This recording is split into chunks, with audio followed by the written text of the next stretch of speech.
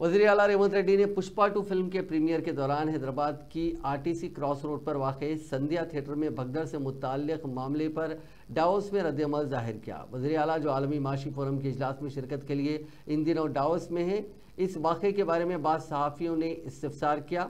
इस पर रेवंत रेड्डी ने रद्द-ए-अमल जाहिर किया।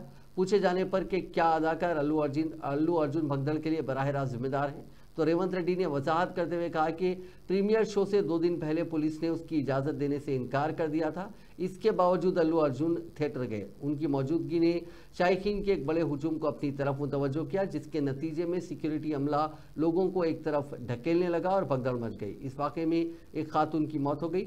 अगरचे अल्लू अर्जुन बराह रास्त मौत का सबब नहीं बने हैं, लेकिन वो तकरीबन 10 दिनों तक मुतासिरा खानदान से बात करने में नाकाम रहे। इस मामले में कानून अपना काम करेगा। इस सवाल पर कि आंध्र प्रदेश के वज़ीर आला चंद्रबाबू नायडू ने तबसरा किया कि अल्लू अर्जुन को गिरफ्तार करना नामुनासिब है, पर रद्द-ए-अमल जाहिर करते हुए रेवंत रेड्डी ने कहा कि चंद्रबाबू नायडू को अल्लू अर्जुन की गिरफ्तारी के पीछे की वजूहात के बारे में वजूहात का इल्म नहीं हो सकता।